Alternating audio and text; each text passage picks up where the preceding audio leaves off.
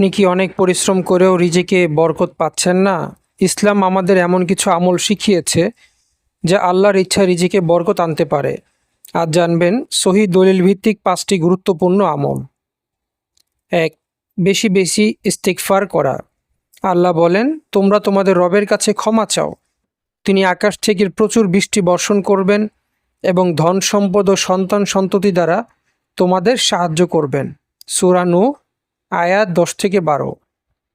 2. তাকওয়া অবলম্বন করা। আল্লাহ বলেন, যে আল্লাহকে ভয় করে আল্লাহ তার জন্য উত্তরণের পথ করে দেন এবং এমন জায়গা থেকে রিজিক দেন যা সে কল্পনাও করতে পারে না। সূরা তালাক আয়াত 2 এবং 3। 3. আত্মীয়তার সম্পর্ক বজায় রাখা। রাসূল সাল্লাল্লাহু আলাইহি ওয়াসাল্লাম বলেছেন, যে ব্যক্তি চায় তার রিজিক বৃদ্ধি পাক এবং আয়ুতে বরকত হোক, সে যেন আত্মীয়তার সম্পর্ক বজায় রাখে।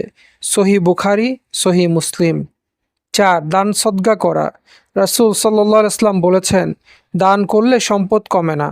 সহিহ মুসলিম।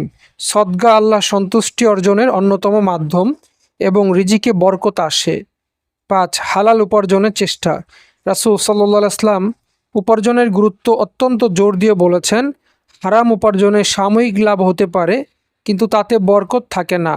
হালাল উপার্জনই প্রকৃত কল্যাণের পথ। মনে রাখবেন, রিজিক শুধু বেশি টাকা নয়, বরং বরকত। ভিডিওটি ভালো লাগলে লাইক করুন, শেয়ার করুন এবং ইসলামিক জ্ঞান ছড়িয়ে দিতে চ্যানেলটি সাবস্ক্রাইব করুন। আসসালামু আলাইকুম ওয়া রাহমাতুল্লাহ।